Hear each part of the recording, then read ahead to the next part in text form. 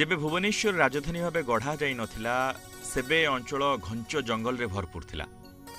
सेबेठू मां को आविर्भाव बोली लोक दाबी करुछंती।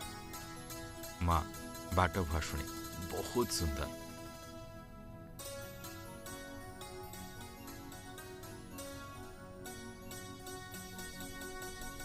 अब एठी लोकों को विश्वास एया कि मां एठी खूब प्रत्यक्ष मानसिक कले फल प्राप्ति हुए।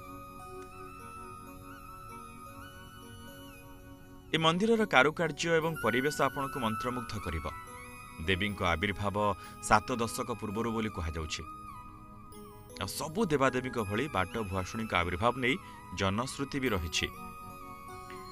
जितेबले अंचल जनशून्य थिला, गछ वृक्ष रे भरा अरण्य थिला, सेतेबले एइठी एई जो मंदिर एठार आपण देखुछंती एठी गोटे आंब गछ थिला। वर्तमान भी से आंब गछ रही। ए होछि से आंब गछ।